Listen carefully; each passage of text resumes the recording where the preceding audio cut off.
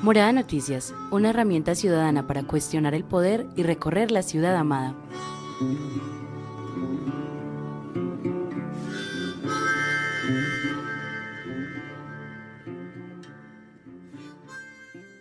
Hola, muy buenas tardes, bienvenidos de nuevo a Morada Noticias, su podcast informativo, este programa pregrabado que también se pasa por La Voz de las Estrellas en los 1290M cada mediodía y nosotros trabajamos toda la mañana en preparárselos. También queda este archivo informativo en nuestra plataforma de mixcloud.com/morada estéreo. Por ahí pueden escuchar las noticias en las voces de los soñadores. Las noticias de hoy en Medellín, las más importantes son el despido de 7 paramédicos que trabajaban para Metrosalud el pasado viernes 27 de marzo de 2020.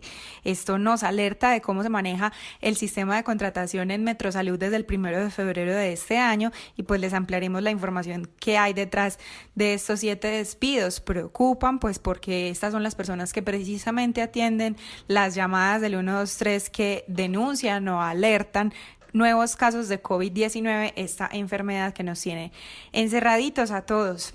También, por otro lado, un nuevo hecho nos hace poner la mirada en Telemedellín, una denuncia de los comerciantes ubicados en la sede del canal, en el Canal Parque, quienes aseguran que la gerencia les terminó su contrato de arrendamiento de manera arbitraria.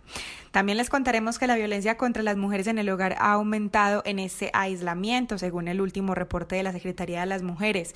Desde que empezó la cuarentena el 20 de marzo hasta el 25 de este mismo mes, había 205 llamadas por casos de violencia de género. También 1,000 perros y 300 gatos en condición de calle han sido atendidos por la Secretaría de Medio Ambiente, la Universidad CES, la Policía Ambiental y el equipo animalista del concejal Juan Jiménez Lara, con quien hablamos hoy, para saber cómo se atiende a estos seres que también tienen derechos en este tiempo de cuarentena. Hace 2 semanas comenzamos a hablar del plan de desarrollo acá en Morada Noticias, que se construyó en la ciudad en meses pasados, y iniciamos este ciclo de estudio compartiéndoles el componente de educación. Les debíamos una entrevista que será con Fernando Herrera de la Corporación Región, quien ha estado muy atento a analizar las fallas estructurales que hay en dicho componente. Eso será en nuestra segunda media hora del programa. Y también, como es lunes, vuelve nuestra conversación de arte Ciudad de Amar con cine, recomendados que se necesitan porque necesitamos mucho del arte y la cultura en este tiempo en nuestras casas. Yo soy Laura Bayer, realizando para ustedes Morada Noticias. Yurani Alzate, buenas tardes y coméntanos qué pasó con Metrosalud este fin de semana. Buenas tardes, Laura, buenas tardes a mis compañeros realizadores y a todos los que nos siguen sintonizando por la 1290 AM, La Voz de las Estrellas. También quiero mandarle un saludo muy especial a todos esos que siguen escuchando nuestros podcasts, que siempre les dejamos alojados en la plataforma de mixcloud.com.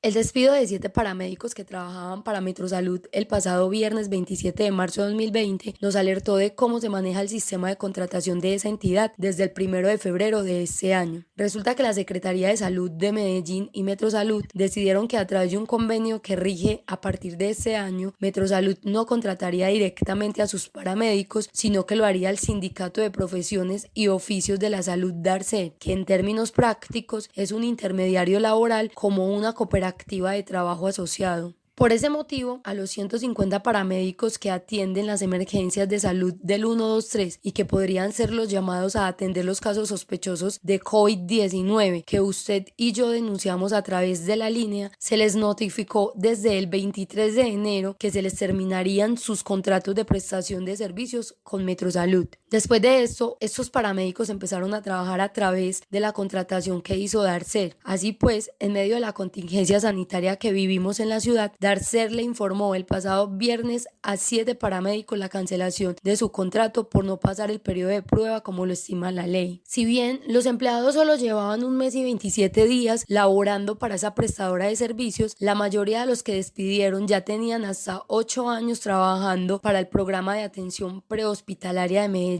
en contratación directa con Metrosalud. Además del despido, evidenciamos que con estos nuevos contratos los funcionarios pasaron a ganar aproximadamente aproximadamente 1.200.000 pesos menos de lo que devengaban en contratación directa. Por eso designaron voceros para averiguar cómo podían pedir de manera legal que les regresaran su contrato directo con Metrosalud, a la par que denunciaron la situación a través de redes sociales para que la ciudadanía conociera lo que estaba pasando. Según Daniel Gutiérrez, uno de los paramédicos que fue despedido, él y sus otros 6 compañeros no tendrán examen laboral de retiro, y esto llama la atención porque podrían haber atendido posibles casos de coronavirus. Las preguntas pues que nos hacemos porque no nos las contestaron es qué especificaciones o qué características ellos se tomaron en cuenta para hacernos un seguimiento como tal. Y es muy curioso que de las 7 personas que salen, otras 5 personas están dentro del grupo de vocerías y dentro del grupo que estaba liderando toda la situación frente a la Secretaría de Salud, frente a Metrosalud, frente a la alcaldía. Debido pues como a toda la contingencia del COVID, los compañeros empezaron a hacer un estudio de todos los protocolos que se iban manejando en otros países para la atención prehospitalaria y la protección de los compañeros, y obtener algunos de los recursos y de los insumos que necesitábamos por medio de donaciones y de manera pues como privada. Eso generó en cierta forma un pequeño disgusto para todas las directivas y ocasionando pues o pensando nosotros que esto llevó pues como a la decisión de que se tomara la decisión de retirar este personal. Me envían una carta informándome que por medio de la contingencia COVID no puedo tener en estos momentos mi examen laboral de retiro, indicando que yo ya llevamos más de 8 días en cuarentena y que hemos atendido pacientes con posibles COVID, que hemos estado en centros asistenciales y que en este momento yo podría ser un portador de COVID, pero no tengo ni siquiera derecho a tener un examen laboral de retiro. Aparte de eso, en plena pandemia quedo sin trabajo y quedo sin seguridad social alguna.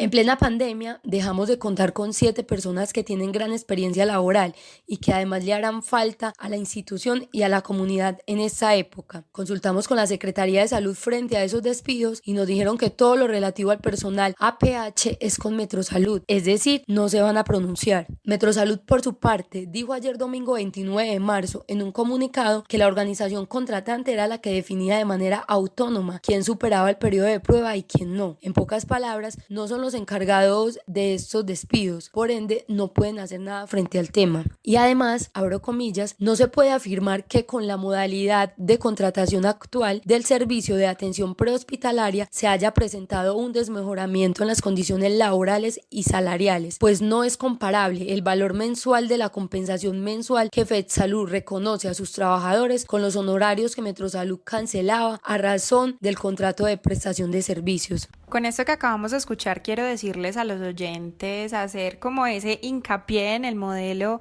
de las cooperativas y en el modelo de esa tercerización de contratos. ¿Por qué no podemos exigirle como ciudadanos al municipio de Medellín que contrate directamente a sus empleados, aunque sean prestadores de servicios? Este asunto de tercerizar los contratos a veces da como indicios de que se están haciendo favores políticos o que se le está dando, digamos, una plata a ese intermediario que podría perfectamente obviarse en una contratación directa. Además que por lo general cuando contratan a los trabajadores con cooperativas, como se denuncia en la nota, pues se reducen mucho los ingresos a pesar de que tengan su seguridad social. Entonces a veces hay que ponerle un poquito más la mirada a qué es lo mejor para el trabajador, más que, no sé, complicar los contratos, creo yo. ¿Qué decís vos, Juanpa? Laura, hola, con el saludo para ti, para Yurani, para Juanjo, para todo el equipo de Casa Morada, para los chicos, para los oyentes, para mi gran amigo. Yo estoy de acuerdo con vos, creo que la tercerización laboral ha sido un problema marcado en el país durante muchos años, y pues que resulten este tipo de situaciones en momentos como los que estamos viviendo es complejo, pues un poco por la dignidad de la persona, pero también porque son trabajadores que pueden aportar a mejorar la situación, porque también para ellos pues es un asunto complicadísimo quedarse sin trabajo en una situación así. Es triste, es lamentable saber que una contratación de la manera en la que se está haciendo les reduce los ingresos por 1.200.000 pesos. Eso es muchísimo dinero, pero también que no les hagan los exámenes de estudio de salida. Uno podría pensar, hey, quieren esconder algo, si están contagiados, Eso tiene que ser responsabilidad también del contratista. Entonces, ¿qué va a pasar ahí? Sin duda, pues es algo para prestarle atención. Juanpa, y hablando de despidos y de contratos terminados, otra vez nos llama la atención Telemedellín. ¿Qué pasa esta vez con el Canal Parque? Tras la polémica por los 200 millones que Telemedellín se iba a gastar en un hotel estudio para hacer sus transmisiones, el pasado fin de semana se conoció una denuncia de los comerciantes ubicados en la sede del canal, quienes manifiestan una arbitrariedad de la gerente, Mabel López, contra ellos. Estas personas recibieron el pasado 18 de marzo dos cartas, una en la que les indicaban que, a razón de la contingencia del coronavirus, los contratos de arrendamiento quedarían suspendidos, a lo que ellos, en una carta que le mandaron al alcalde y a la gestora social, se manifestaron de acuerdo con esa medida. Sin embargo, también les entregaron una carta en la que les indican que, a partir del 30 de junio, sus contratos quedarían cancelados de forma definitiva, afectando a las 20 familias que, según ellos, viven de las ventas de estos negocios. Hablamos con una representante de estos comerciantes, quien nos contó que no ha habido mayor comunicación con la gerente del canal y también nos explicó un poco cómo ha sido la situación. A la fecha no hemos tenido ningún tipo de contacto con la nueva gerente, señora Mabel López. Hasta el momento los contratos han venido siendo renovados anualmente y nunca se había hablado de cancelación total de los mismos hasta lo anunciado en la carta entregada por Telemedellín el 18 de marzo del 2020. Por iniciativa nuestra, enviamos solicitud escrita para reunión directa con la señora Mabel López y la directora administrativa, pero en realidad por parte de ellos nunca se manifestó un interés inicial de socialización. A raíz de la solicitud de reunión realizada por nosotros, fuimos citados por la directora administrativa y financiera, en conjunto con el secretario general y el coordinador administrativo de sede. Cabe anotar que la gerente no se presentó a dicha reunión, que fue realizada de manera informal el 19 de marzo de 2020 y en la que se reafirmó de manera verbal la terminación de los contratos el 30 de junio. Además, tratamos de comunicarnos con el canal, pero hasta el momento no hemos tenido respuesta de ellos. A mí, Laura y Juan Pablo, personalmente, me irrita demasiado cuando pasan este tipo de cosas, porque considero que eso es no pensar en la situación del otro. Hay familias que llevan allí mucho tiempo y pues como lo dice la mujer que nos da la declaración, es la única entrada. Entonces eso es desestabilizar por completo una persona, una familia, ya que tendrían que comenzar de cero, comenzar nuevos proyectos, etcétera. Además de que nosotros como periodistas no recibamos respuesta a la institucionalidad, en muchos casos deja demasiado que decir, porque son entes públicos y como públicos deben darle respuesta no solo a los medios de comunicación, sino a la comunidad, porque con esas situaciones se generan muchas dudas, muchas preguntas. Como dice Yorani, se generan muchas dudas y muchas preguntas. A mí una pregunta grande que se me genera es ¿por qué aprovechar el momento para notificarles eso? En el sentido de que les envían una carta diciéndoles que por la situación del coronavirus hay que cancelar o suspender los contratos y ellos dicen, está bien, entendemos, aceptamos, ¿cierto? Nos correspondemos con esa decisión, pero inmediatamente les notifican cuando ellos ya no están en posición de tomar acciones, o pensaría uno eso, que a partir del 30 de junio se les va a cancelar completamente el contrato. ¿Por qué? ¿Por qué aprovechar la situación? ¿Por qué dejarlos en una especie de estado de indefensión para notificarles que no tienen ninguna posibilidad de seguir trabajando? Además, ¿qué se piensa hacer con esos contenedores? ¿Qué otros negocios se van a llevar allá? Porque me imagino que iban a reemplazar una cosa por la otra. La pregunta es, entonces, ¿por qué unos comerciantes ya no van a poder seguir estando cuando hasta el momento no hay ningún escándalo sobre ellos? ¿Y a quiénes van a llevar? ¿Cuál es el sentido de esa decisión? Muchachos, y para concluir esta nota, les cuento que fuentes cercanas a Morada Noticias, fuentes muy confiables, incluso algunas dentro de la administración municipal, nos acaban de informar que Mabel López, gerente de Telemedellín, le había renunciado este fin de semana al alcalde de Medellín, Daniel Quintero, pero él no le aceptó la renuncia. Yo quisiera, Juanpa, que a través de nuestro Twitter los arrobemos a ver si podemos abrir esa ventana del periodismo y corroborar si en efecto esto fue así, porque eso sería preocupante. ¿Será que el alcalde Daniel Quintero no tiene otra persona en el tintero, no tendrá quien más nombrar en esa gerencia, por un lado, y por otro lado, a qué interés, posiblemente también político, por una afiliación que tiene Mabel López? Ella es muy cercana al exgobernador de Antioquia, Luis Pérez, pues se estará pagando un favor también con ese nombramiento. Esto, por supuesto, es una pregunta que nos queda, pues porque nosotros somos ciudadanos que estamos ahí como muy pendientes de la política, pero hay cosas que a veces no quedan por escrito, que no son tan evidenciables, que son más bien como secretos a voces de cómo se maneja la política en Colombia. Entonces, pues esto hay que corroborarlo, por eso hagámosles la pregunta por Twitter y también estaremos pendientes de contarles a ustedes oyentes que nos responden. Sí, Lau, hay que estar pendientes y hay que responder a la pregunta de por qué Mabel López fue la escogida, sabiendo toda la cantidad de críticas con las que llegó de Teleantioquia, de la superficialidad que le imprime a la comunicación pública, a los canales públicos. Sobre esa pregunta que haces de si no hay más, pues hombre, naturalmente tiene que haber más personas. La pregunta es ¿por qué ella? ¿Por qué es la escogida?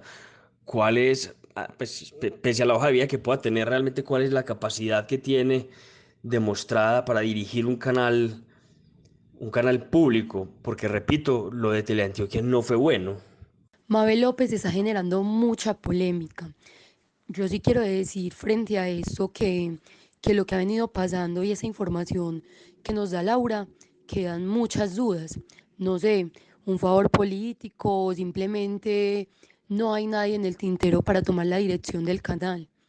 Lo que sí espero y esperamos acá en Morada es tener una respuesta no solo para los comerciantes, que en realidad la están exigiendo bastante, sino también desde la administración para confirmar o no este dato que nos acaba de dar Laura.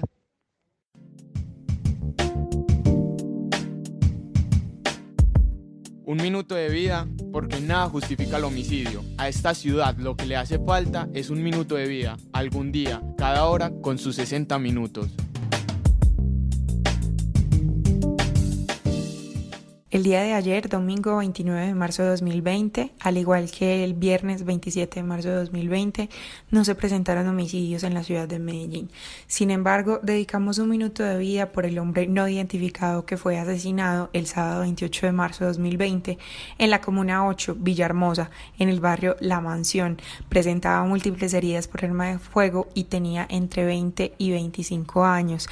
Medellín es una ciudad que sigue asesinando a sus jóvenes. En lo que va del año hemos perdido 85 personas, 85 seres amados que la violencia homicida nos ha arrebatado. Uno de ellos, el que más extrañamos, Miguel Ángel Marín Arango. Por él y por las otras 84 personas que nos harán falta, dedicamos un minuto de vida.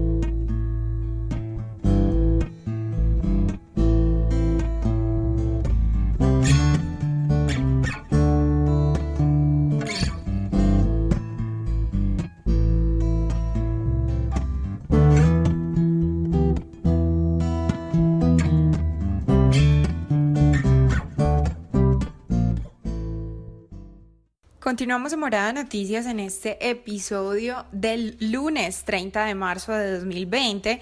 Seguimos en cuarentena transmitiendo para ustedes y una de las cosas que más nos preocupan de esta obligación de tener que quedarnos en nuestros hogares son las mujeres que sufren de violencia de género dentro de sus casas. Yurani Alzate. La violencia contra las mujeres en el hogar ha aumentado en este aislamiento. Según el último reporte de la Secretaría de las Mujeres, durante el 9 y el 25 de marzo de 2020, a la Agencia Mujer ingresaron en total 1.047 llamadas a través de la línea 123 Mujer, de las cuales 205 se realizaron entre el 20 de marzo, día que inició la cuarentena, y el 25 de ese mismo mes. Es decir, en tan solo 5 días de aislamiento ya habían 205 llamadas por caso de violencia de género. Además, en los mismos 5 días también hubo 382 incidentes, lo que quiere decir que 382 casos de violencia ingresaron a la Agencia Mujer por medio de la plataforma SECAT, Sistema de Seguimiento y Control de Atención de Casos. Ante cualquier alerta, se realizan llamadas para contactar a la mujer víctima o reportante, y cuando se logra el contacto, se da inicio a la atención psicológica o jurídica. Escuchemos a Juliana Martínez Londoño, secretaria de las Mujeres de Medellín. Estos incidentes se les da un trámite de seguimiento, de acompañamiento. De estos casos, 295 fueron por eventos relacionados con violencia contra las mujeres. De esos, 239 fueron por violencia intrafamiliar, es decir, que la persona que agrede es una persona cercana a la víctima porque tiene lazos consanguíneos o afectivos. El mensaje general es que debemos rechazar la violencia contra las mujeres, no la debemos permitir, debemos además procurar en todos los sentidos que el hogar sea un lugar seguro para las mujeres. Es importante que las respuestas a la pandemia tengan en cuenta el enfoque de género, porque los impactos y las implicaciones son diferentes en hombres y en mujeres. La pregunta es, ¿por qué las casas son los lugares más inseguros para las mujeres? Melissa Villegas Franco, psicóloga y feminista, nos habla al respecto. La casa es el lugar más inseguro para las mujeres de la ciudad de Medellín, pues los agresores, quienes son mayoritariamente esposos, compañeros, es decir, personas conocidas, conviven, en este caso, durante 24 horas con las mujeres. Lo que nos encontramos entonces es que en esta cuarentena, donde hay unas situaciones de riesgo, veríamos entonces que las mujeres se encuentran en un riesgo doble. Por un lado, porque son cuidadoras, son quienes entonces se encargan de manera solitaria de asumir el cuidado de niños, niñas, adolescentes, adultos mayores, personas enfermas. Además, muchas de ellas se ven expuestas a que los trabajos que tienen, que muchos pueden ser no remunerados o mal remunerados, entonces agudicen unas situaciones económicas que hacen que las condiciones de vida de las mujeres sean más precarias, pero adicional con hombres que, criados en una cultura patriarcal y machista, les ha puesto el lugar de proveedores, se ven durante estos días precisamente carentes de ser proveedores, agudizando entonces también a la vez las desigualdades en función de los géneros. Necesitamos entonces un Estado garante, un Estado protector de los derechos de las mujeres. Queremos de nuevo recordarles a todas nuestros oyentes que no están solas, que si están siendo víctimas de violencia física, psicológica, económica o sexual, pueden llamar a la línea de emergencia 123 Mujer en Medellín. También está la línea nacional 155 de la policía.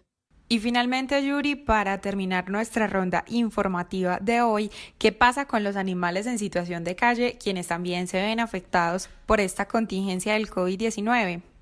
En ese aislamiento, cerca de 1.000 perros y 300 gatos en condición de calle están siendo intervenidos por la Secretaría de Medio Ambiente, la Universidad CES, la Policía Ambiental y el equipo animalista del concejal Juan Jiménez Lara, Manejo Humanitario de Fauna Callejera. Con estas actividades se les ayuda a perros y gatos que viven en cuadras de barrio bajo el cuidado y la alimentación de varias personas. También se dirigen a hogares de acogida cuando no pueden continuar con su labor por las limitaciones económicas. La distribución se realiza diariamente y la respaldan voluntarios identificados en cada una de las zonas que se visitan, quienes no solo apoyan las actividades con perros y gatos, sino que alimentan a las palomas del sector con maíz entregado por el Centro de Bienestar Animal La Perla. Juan Jiménez Lara nos contó sobre esa actividad, ya que es él y el equipo animalista que dirige los que tienen conocimiento de la ciudad frente a ese tema y se les hace más fácil saber a qué sectores llegar. El grupo de voluntarios protectores de los animales de varias zonas de la ciudad, comunas, corregimientos, pues también se han movilizado masivamente para atender en esta contingencia a los perros y gatos comunitarios y en condición de calle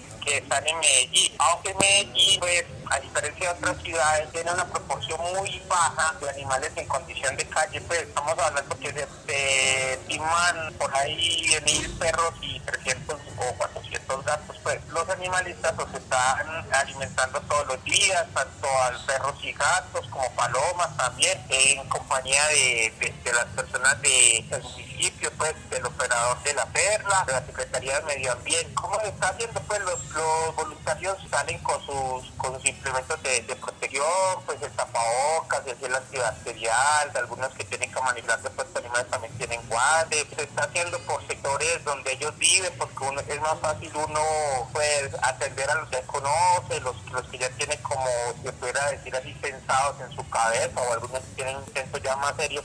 Se viene haciendo ya como 5 o 6 días y ha dado muy buenos resultados. Pues en esa actividad se hace también como cierta vigilancia y control si encuentran algún animal en mal estado, alto grado de vulnerabilidad, que deba ser rescatado y entrar a los programas de protección animal de la Alcaldía de Medellín. Se ha hecho, acompañados también de la Policía Ambiental, pues por reportes de la ciudadanía, de los voluntarios, también se han rescatado varios animalitos. La Policía Ambiental ha sido ficha clave en esa actividad. Ellos están recolectando alimentos por medio de voluntarios para los animales, no solo de Medellín, sino también animales que están en situación de calle en el Valle de Aburrá. Escuchemos al intendente Fabián Torres. Se lidera estas campañas a través de la Policía Ambiental, quien tomó la iniciativa de subir a los estados de cada uno de los integrantes del Grupo de Protección Ambiental y Ecológica de la Metropolitana, dirigida a la comunidad. Tuvo eco y lo que influyó que las redes sociales se fuera alimentando de esta campaña y llegó hasta entidades municipales y los entes territoriales al cuidado de estos animales. Ya nos pusimos en contacto y se fueron programando actividades. Se han hecho, la semana pasada se hizo llevamos tres campañas. El martes, miércoles y jueves se van a realizar otras 3 en Envigado y Medellín. Ahí se están uniendo poco a poco algunos municipios. Inicialmente pues fue Medellín. El programa de maltrato animal que tenemos nosotros, se han hecho unas campañas muy efectivas, como se dice en el argot popular, muy elegantes. Incluso hace como 20 días se hizo una en Moravia, en donde fue liderada por la Policía Ambiental y se llevaron varios entes, donde se desparasitaron animales, se convocó los estudiantes del CES que están ya para terminar veterinaria. Se realizaron campañas educativas, sensibilización. Morada Noticias es una producción del colectivo Morada, Casa de las Estrategias, Latina Estéreo y Universo Centro. Este proyecto es parcialmente financiado por la Interamerican Foundation y la Fundación Confiar. Pero podemos crecer más. Envía tus historias al WhatsApp 350-666-8436. Comparte nuestro contenido o escríbenos a noticias@morada.co si te gustaría sumarte a nuestros patrocinadores. Este último mes no solo nos ha cambiado mucho la vida, sino que Colombia ha cambiado en su legislación.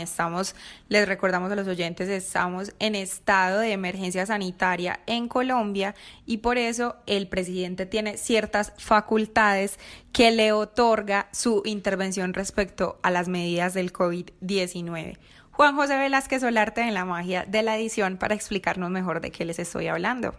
Muy buenas tardes, queridos oyentes. Iniciamos la semana con muy buena energía, cumpliendo con la cuarentena y trabajando desde casa. Seguimos acatando las normas de nuestro presi, quien declaró estado de emergencia.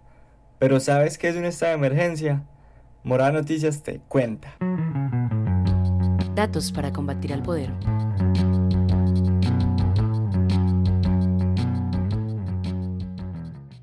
El pasado 17 de marzo, el presidente Iván Duque Márquez declaró estado de emergencia en Colombia, uno de los 3 estados de excepción que contempla la Constitución colombiana. Los otros 2, por ejemplo, son guerra exterior y conmoción interna. El 1 significa que el Estado le declara la guerra a alguien, literalmente la guerra, o que nos estamos defendiendo de la misma. Y conmoción interna significa que el país está tan llevado de las protestas o revoluciones populares que lo que le autoriza la norma a la policía para cuidar a los demás ciudadanos y la estabilidad institucional del país se queda corto. Entonces ahí toca meter mano. Ahora, el estado de emergencia es causado, en palabras técnicas, por perturbaciones graves e inminentes del orden económico, social y ecológico del país, o hechos que constituyen grave calamidad pública. Más sencillito, significa que son vainas del destino totalmente imprevistas y peligrosas, que sacuden a nuestro país por todas partes. Pueden ser desde nuestro trabajo, nuestro hogar o nuestra naturaleza, dejándonos a todos muy vulnerables ante este peligro y que el presi debe hacer algo. Ahí es cuando él actúa con todo su poder, llama a todos sus ministros y los pone a firmar un papelito. Ahora es cuando el presidente se vuelve un super saiyajin con las leyes y las instituciones, pudiendo emitir decretos con fuerza de ley, los cuales, aunque no son una ley que pasó por el Congreso de la República, por el mero hecho de no cumplir con ese decreto ya se aplica una sanción. Además, cuando se acaba el estado de emergencia, el Congreso de la República puede derogar, o sea, dejar completamente sin efecto esta ley o cambiarla si así se necesita. Pero ojo con esto. Cada una de las leyes que el presidente pueda crear o modificar bajo este estado de emergencia debe estar estrictísimamente ligado al tema que genera el estado de emergencia. O sea, aunque Iván Duque se vuelva Super Saiyajin en el sentido que tiene todo el poder, entre comillas, solo puede usarlo contra un enemigo, y ese enemigo en este caso es el COVID-19. Es por eso que hoy la gran mayoría de la población se encuentra recluida en sus casitas, que nuestros trabajos y universidades generan espacios para continuar con el proceso aún desde casa, y que colegios y demás entidades están congeladitas, o sea, completamente quietas. Estamos pasando por algo muy importante, en donde se deben tomar medidas más extremas para poder combatir contra este mal. Este estado de emergencia, por eso, aunque en principio dura 30 días, podría extenderse hasta por 60 días más, según lo requiera el caso.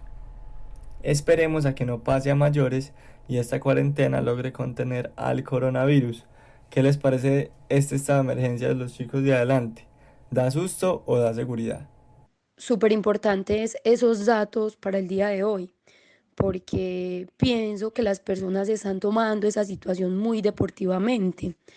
Yo considero que si bien hay mucho pánico, es mejor ser precavido y acatar las leyes que se emiten desde la presidencia. Yo sé, como ya lo dijo Juanjo y como lo hemos hablado muchas veces acá en Morada, eso afecta a muchas familias porque somos un país muy desigual, pero al fin de cuentas es una medida que se toma para evitar un problema mayor como lo es contagiarse. Desde mi perspectiva hace falta más autoridad frente a este estado de emergencia, porque he visto las personas como si nada en las calles, reunidas, pues lo están viviendo muy deportivamente.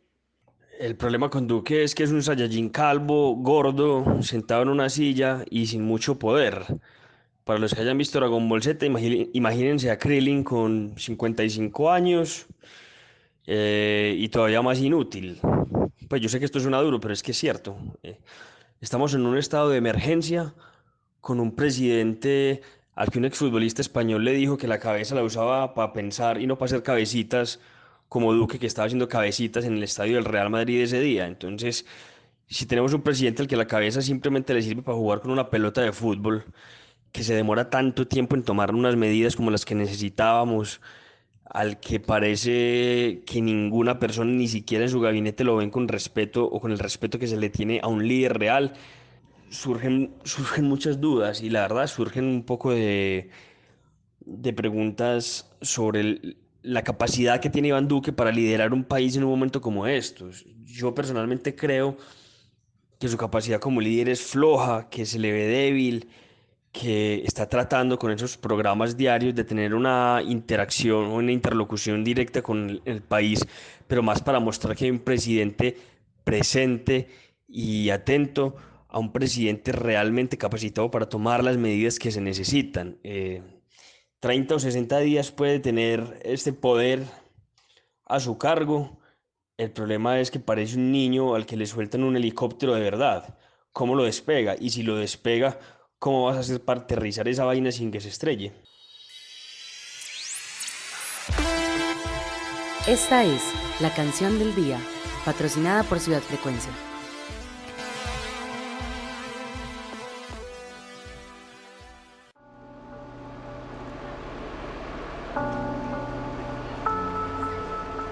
Amigo, vives eternamente en nuestros corazones. Te recordaremos con la mayor de tus sonrisas y los más bellos recuerdos que junto a tu parche tú caminabas. Este sentimiento que me viene habitando, el tiempo caminando, tus recuerdos pasando, tu sonrisa, tu alegría, tu mirada que a veces se notaba tan distraída, la manera más rebelde de interpretar la vida, montando en la patineta, rodando por la avenida. Yo sé cómo fue el tiempo de volvérmelo. Si ayer me enseñó que rebeldía es amor. Ey, mi mi parcero, mi socio, mi amigo. Espero que este tema hoy se conecte contigo, que escuches lo que digo. Es amor, es amor. Es así como el corazón me habla. Palabras sobran en esta ocasión, pero tampoco alcanzarían. Tú me entregaste sin condición, eso no lo imaginaría. ¿Y qué pasó? ¿Qué pasó? Que nadie me dice dónde estás. Sin razón terminé con el vacío en mi altar. Solo grita, alma mía, yo te alcanzaré. En los ojos de los míos, yo siempre te encontraré. Yo sé cómo puede el tiempo devolvérmelo. Si ayer me enseñó que rebeldía es amor, yo sé cómo puede el tiempo devolvérmelo. Si ayer me enseñó que rebeldía es amor. En mi tristeza, mi luto me dice que en mi vida no hay espacio para ello. Quizás simplemente no debería. Qué ironía, pues desde que tu vida terminó la mía quedó vacía, porque básicamente tú complementabas todas mis mañanas y alegrías. Que mierda sentir esa supuesta fantasía me llenó de ira por saber que no te volveré a ver en mis días. Como cancerbero, hoy arrojo un trago al suelo, por un hermano, un amigo, un parcero, por el rebelde de la clase más sincero, por el skater que hoy patina sobre el cielo. Y no sé el por qué te fuiste y llevaste tu alegría. Solo sé que haces falta, porque sin ti esta casa está vacía. Me caen mal las ratas, recuerdo te decía. Me caen mal los ciegos, recuerdo respondía. Pero después de ello, un abrazo me darías, tan fuerte que no sabía que te despedí. ¿Cómo entender el final cuando solo siento pena? Si la vida es un costal dañado que derrama arena. Cierta posición neutral equilibra el ecosistema, y nos morimos al azar, aún sin estar en problemas. Cuando nace una gallina, un turpial va por su cena. Cuando nace una gacela, nacen leones, nacen hienas. Cuando nace un inocente, nacen 12.000 problemas. Cuando el odio es recurrente, la violencia se hace extrema. Yo recuerdo que Miguel miró el amor tan necesario, pues creía en la utopía de caminar por el barrio sin pensar en tropezar con los del callejón contrario, en un planeta donde matar vale menos que un salario. Yo sé cómo puede el tiempo devolvérmelo. Si ayer me enseñó que rebeldía es amor, yo sé cómo puede el tiempo devolvérmelo. Si ayer me enseñó que rebeldía es amor.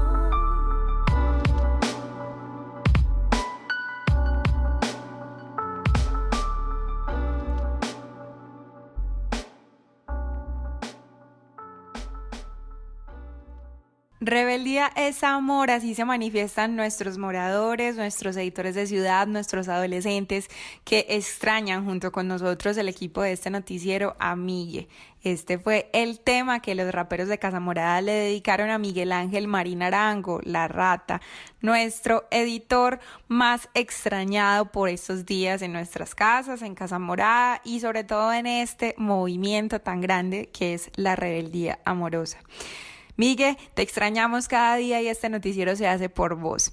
Para los oyentes de este noticiero les recordamos que queda en nuestra plataforma de Mixcloud, mixcloud.com/morada estéreo. Ahí están todos nuestros episodios de este tiempo de cuarentena que son pregrabados, pero que los hacemos con mucho amor. Les cuento que en el episodio de hoy comentamos actualidad informativa, como que 7 paramédicos fueron despedidos de la red de Metrosalud que atiende los casos de salud en el 123, entonces indagamos un poco por ese caso, también indagamos por las terminaciones de contrato que al parecer van a tener los comerciantes del canal Parque Telemedellín, también indagamos qué está pasando con los animalitos callejeros en estos días de cuarentena y también sobre todo con las mujeres que sufren violencia de género en sus hogares, cómo las podemos ayudar también a que por favor se comuniquen con las líneas de atención y puedan, digamos, salvaguardar su integridad física frente a sus agresores.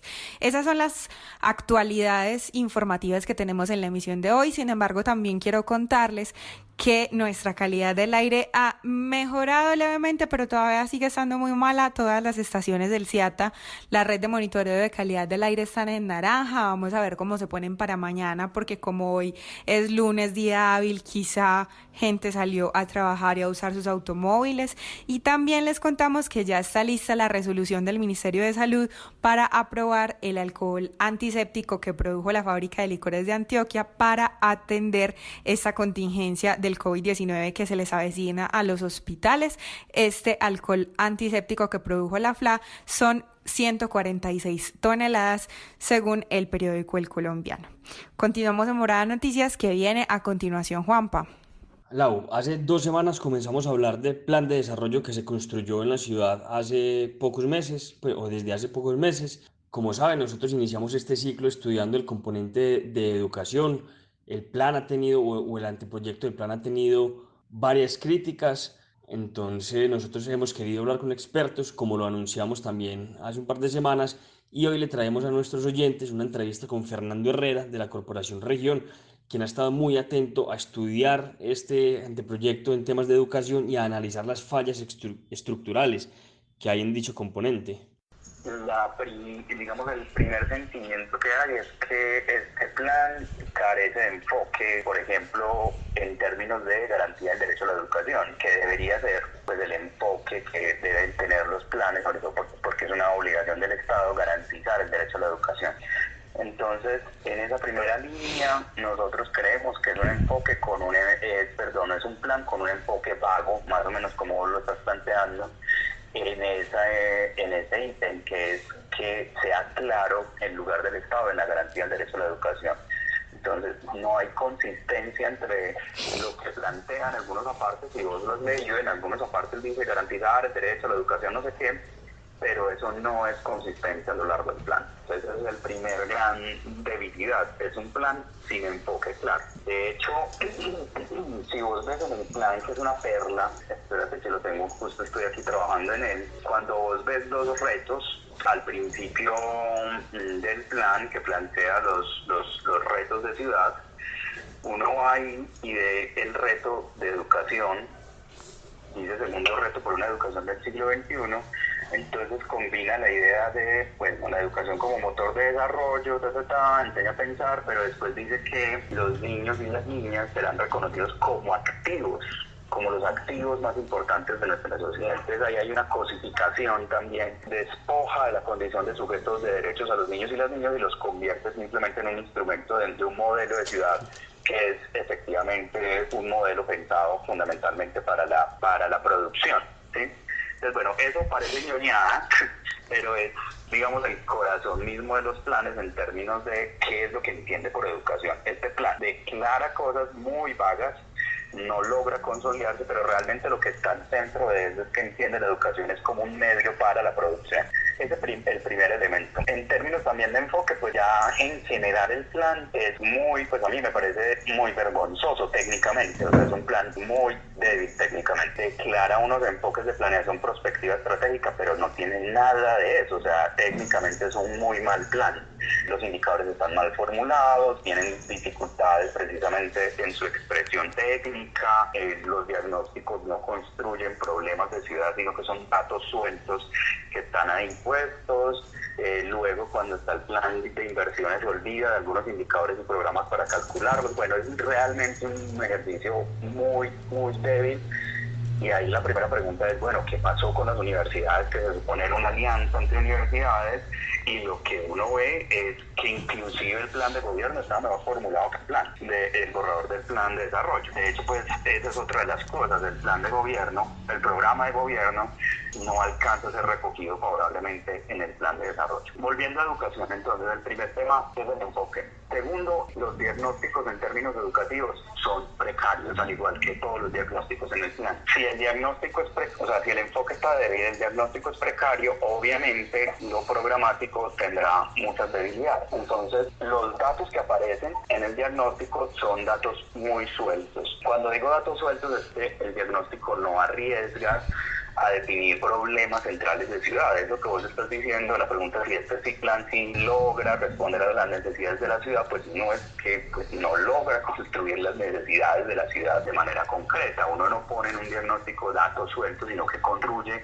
o define unos retos y problemas para la ciudad. Con esos problemas pues le articula datos, pero aquí es una cosa pues muy básica, casi pues como cuando a uno le pedían por allá en los primeros semestres de la universidad un contexto, que son puros datos ahí puestos, pero no hay una lectura en clave de derecho a la educación que pueda construir unos problemas centrales de la ciudad que puedan ser atendidos. Entonces, el diagnóstico falla. Por ejemplo, no hay datos, en este caso, consistentes, sobre todo lo que tiene que ver con niños y niñas por fuera del sistema escolar. O sea, no, este es un problema del país. Nosotros no tenemos un censo educativo confiable. Hoy por hoy no tenemos una certeza de cuántos niños, niñas y adolescentes están por fuera del sistema escolar. Y Medellín, pues, es una ciudad que tendría todo el músculo financiero, institucional y académico, pues no tiene un censo escolar que nos permita definir con claridad cuántos niños y niñas están por fuera del sistema escolar. Y por tanto, el plan no se ocupa de ellos, o sea, solo se ocupa de quienes están escolarizados, evitar que no se vayan del sistema, pero los grandes ausentes son los niños y niñas que no están hoy en el sistema educativo por X o Y motivo. Entonces ahí hay un vacío, digamos, en el diagnóstico. Laura, con respecto a esa entrevista, la educación siempre ha sido un reto para la ciudad y para el país. Es importante analizar ese plan porque, como lo dice Fernando, está convirtiendo a los niños y niñas en un modelo de ciudad, cosa que considero que no debe ser así porque la educación se debe mirar desde lo teórico, lo práctico y algo muy importante, desde lo humano. Si desde el plan no hay un enfoque y un diagnóstico válido para la educación, no podemos esperar buenos resultados para los próximos 4 años. Otra cosa que nos dice Fernando es que en Medellín no hay un censo de cuántos niños y niñas, sin importar la edad, están por fuera del sistema educativo. Recuerdo cuando hice la reportería en Robledo del Paraíso y evidencié que muchos niños no estaban en clase. Al preguntarle por eso a la secretaria de Educación, Marta Alexandra Gudelo, en una rueda de prensa, pues sobre ese caso en especial, porque estoy segura de que si miramos en las periferias de la ciudad, hay muchos más que pasan por lo mismo, ella no supo qué responder. Y creo que es una pregunta válida en este momento, ya que vamos en el primer trimestre del año y ya deben saber no solo la cantidad de niños y niñas matriculados, sino también la cantidad de los que están por fuera y lo que se va a hacer para integrarlos a la educación pública. Es necesario que, con lo que nos dice Fernando en esta entrevista, todos y todas leamos ese plan y exijamos una mejora en él. Conversación de arte, ciudad y amar. Hola Felipe, hoy reiniciamos nuestras conversaciones de cine de los lunes. Hoy a nuestros oyentes les trajimos solamente una película. Increíble pues todo el tiempo que estamos teniendo en este momento de cuarentena, pero les vamos a hablar solamente de una película muy puntual que se llama Lost River, una película del año 2014, la primera película de Ryan Gosling como director. Él es un actor muy conocido, lo han visto en películas como Blade Runner 2049, él es el protagonista de La La Land, de Diario de una Pasión, de Driver, bueno, ha estado en varias películas, es un tipo muy reconocido también porque es uno de los galanes actuales de Hollywood, pero se atrevió ya a dirigir, a comenzar su camino detrás de las cámaras. Hola Juan y hola a todos los oyentes. Sí, a propósito pues de su debut, estuve revisando y no le fue bien con las críticas, o al menos fueron muy diversas. Y yo creo que cometí un pequeño error en revisar primero las críticas y después experimentar la película, pero creo que la experiencia predomina sobre las críticas en esta oportunidad. Y lo que quisiera preguntarte a vos es, ¿por qué esta película? Ya me lo habías comentado, pero quisiera que se lo comentáramos y debatiéramos sobre las razones por las que las elegimos. Pipe, yo escogí la película por el momento actual, porque creo que hay una suerte de ambientación parecida a lo que se siente dentro de la película en términos de la sensación del ambiente, valga la redundancia y lo repito, en términos de lo que estamos viviendo. Cuando vean la película, los oyentes, si la ven, espero que la vean, van a notar que tiene un símil con nuestro momento actual por esa sensación de soledad, por esa sensación de abandono, por esa sensación, incluso cuando salgamos de esta, por lo que puede suceder y por lo que puede quedar de nuestras sociedades. La película está ambientada en una especie de Detroit post-apocalíptica. Esto juega mucho con algo que pasó en Estados Unidos, que no sé si muchos de los oyentes lo sepan, y es que hace 15 o 20 años, me disculpan si en este momento no recuerdo exactamente cuánto tiempo, hubo una crisis económica muy fuerte por el asunto de las fábricas de autos que empezaron a cerrar. Detroit era la capital estadounidense de las fábricas de autos. Hay un documental de Moore, de Michael Moore, sobre esto. En este momento no recuerdo el nombre, ahorita que lo recuerde les dejaré también la recomendación, en la que muestra cómo Detroit se cayó mucho socialmente y creció el desempleo y empezaron los problemas una vez que las fábricas empezaron a cerrar. Entonces digamos que Ryan Gosling, perdón, le juega a eso en esta película. Y claramente el ambiente de la situación es un ambiente un poco tétrico por, no sé, por una sociedad que llega como la especie de su fin, se está acabando. Por eso escogí la película, porque siento que hay un ambiente parecido en este momento en el que sentimos agobio.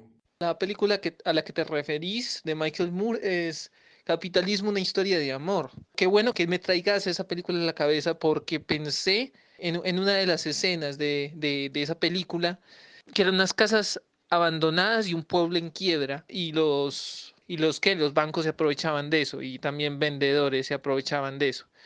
Y yo te comentaba de que pues me parece que la sociedad estadounidense es una sociedad muy desalmada en muchos aspectos, cada cual como que busca su forma de hacer dinero y le importa un culo lo que esté pasando por la cabeza del otro. En el caso ya para sentarlo más propiamente a la película, Juan, y es que hay una parte que resalto mucho. La película me llamó la atención, me gustó, digamos que es fuerte, pero hay un aspecto de la película que es a ellos les van a embargar la casa, entonces ella tiene, son varios en esa casa, el hijo mayor y el hijo menor. Tanto el hijo mayor como ella, como la mamá, cuidan mucho del hijo menor y resulta que esa ha sido la casa de ellos de toda la vida y resultan embargados y esta tiene que buscar cómo ganarse la vida. Y una cosa que dicen ahí es que ella se aferra a esa casa diciendo que esa fue la casa de sus abuelos y que esa fue la casa de su infancia. Entonces ahí hay una cosa muy bella que son los afectos que se aferran a un sitio, afectos que le importa a un reverendo bledo, a, por ejemplo, pues el sistema social en el que estamos. Y mira, hombre, sí, es con esa película de Michael Moore. Si no es esa la que referencias, igualmente Capitalismo, una historia de amor, es una historia tremenda, es un documental. Una película tremenda y es muy fuerte también de ver. Justo antes de que empezáramos esta conversación, pues yo te decía que me parece la sociedad estadounidense, lo vuelvo a repetir, una sociedad muy fría en muchos aspectos. Y juega mucho con la ciencia ficción. No sé, si vos de pronto, si de pronto mencionás un poco más aspectos de la trama como para ver en dónde meterías esa ciencia ficción ahí, porque me parece importante mencionarla, que creo que en lo personal a mí no me quedó muy claro. Y para debatir una de tus ideas, y disculpa que me alargue mucho, pues tampoco es que nos hallemos en una situación como esa. Yo creo que la película que más se me viene a la cabeza con esta situación es la película Contagio. Además, un aspecto a destacar que me parece crucial para la película es la melancolía. Se ve en el personaje de la abuela de una de las protagonistas y se ve en todo el pueblo. No, Pipe, la película no es Capitalismo, una historia de amor, es Roger y yo, Roger and Me del 89. De hecho, la primera película de Michael Moore, el primer documental. Pero no, yo no escogí la película por lo que crees. Yo no escogí la película por lo que estás mencionando, pues, de capitalismo y cómo se comportan las grandes corporaciones, que eso también lo podríamos discutir en este momento. Yo escogí la película realmente por la imagen que te envié, que es la imagen de una mujer que se siente totalmente oprimida, no, ni siquiera oprimida, atrapada. Y yo creo que en este momento estamos viviendo una situación en la que nos sentimos atrapados y ese encierro se nos está convirtiendo en agobio. Y lo que siente esta mujer, lo que siente la protagonista de la película, Billy, así se llama, es una situación completamente de agobio. Entonces digamos que yo lo que quiero es jugar metafóricamente con el agobio que estamos sintiendo por una situación. Claro, la película va sobre hechos diferentes, no va sobre una pandemia, pero es que jugarla a Contagio es muy fácil. Claro, Contagio, la película del 2011, muy parecido a lo que está pasando, ¿no? Una enfermedad que nace en China y que se convierte en una pandemia. La idea no es jugarle a eso, porque yo no quise conversar con vos y no quise que los oyentes escucharan una conversación en la que estamos hablando de una película que habla sobre una pandemia igual a lo que estamos viviendo, sino yo quería conversar sobre el agobio a lo que nos llevan estas situaciones, o en este caso la pandemia, pero digamos que la película que Los River habla de una situación de agobio que se genera por una realidad difícil después de una crisis económica. Y la pregunta mía es, ¿vamos a vivir una crisis económica fuerte después de esto? El agobio que estamos sintiendo se va a prolongar. Vamos a terminar viviendo en una ciudad como esa Detroit que muestran en la película, que está completamente abandonada, con casas que están siendo comidas o por el fuego o por el agua. Incluso por la naturaleza, porque habrás notado que hay un juego muy interesante en la película con esos tres elementos, ¿no? El fuego, el agua con la inundación, que es un elemento muy importante de la película y que termina siendo el desencadenante del final, cuando el chico, no me acuerdo cómo se llaman, se tiene que meter debajo de ese lago, debajo del río perdido para buscar cierto elemento que va a cortar una supuesta maldición. Entonces ahí es un asunto también muy interesante en el que yo pensé, bueno, se va a convertir en nuestro río perdido. Vamos a terminar en un juego de una ciudad o de un mundo acabado por una pandemia que nos tiene inundados, pero que también nos está llevando a una especie de locura colectiva. Mira, en últimas, sí, bueno que me hagas esa precisión, pero en últimas ella tiene que pasar, todos los del pueblo tienen que pasar por esa situación, por la crisis económica en la que están, o al menos eso es lo que yo noto. Pero atendiendo un poco a lo que querés decir, pues yo creería que la situación de ahora se diferencia en muchos aspectos, pero sí hay algo en común ahí. Y no tanto esa sensación de agobio, sino una sensación de melancolía, que pues, te lo iba a decir ahora, pero no acaté. Y es que durante toda la película, ya me dirás vos en qué sentido lo percibís, y tanto pues ya que querés hacer la comparación ahora mismo es con la actualidad, es una sensación de melancolía. Melancolía a lo que fuimos alguna vez y ya no podremos ser. Se presenta tanto en el personaje de la abuela, mamá de la chica, que es la amiga del protagonista, como en todo el pueblo. Todo el pueblo no puede ser lo que alguna vez fue y a los bancos les importa un carajo. Y pues bueno que pongas ese matiz porque sí, no, la cosa no es el contagio por el contagio y la película de la epidemia por la epidemia, sino lo que hay más allá, lo que se podría ver como las reacciones humanas a un efecto que no se esperaba. que espero estarte siguiendo el hilo por ese lado. Y yo relacioné mucho la película con eso, perdón, la película y la situación actual en términos de melancolía, porque quisiéramos volver a ser lo que fuimos, pero lo proyectamos a futuro. Cuando salgamos de esta, podremos volver a ser lo que fuimos y deberíamos ser lo que fuimos. Eso es importante. Pipe, pero esto fue una abrebocas, sabes que el tiempo es corto. ¿Con qué te gustaría cerrar? Un comentario pequeño a nuestros oyentes para animarlos a que se vean la película, a que saquen sus propias conclusiones. La película es, repito, muy interesante. Sí es un poco difícil de ver, pero si en realidad están buscando algo no simplemente para pasar el rato ligeramente, sino para pensar un poquito, véanse la película y mándala al carajo si no les gustó o consérvenla si les gustó. El caso es que la cuarentena no deje no pase a ser una razón para no seguir explorando. Esta maravillosa columna y también la entrevista que le hicimos a Fernando Herrera les recordamos que queda en nuestro podcast, que lo pueden consultar a través de nuestro Twitter, @moradanoticias. Muchas gracias por su sintonía, nos vemos y nos escuchamos mañana con más historias.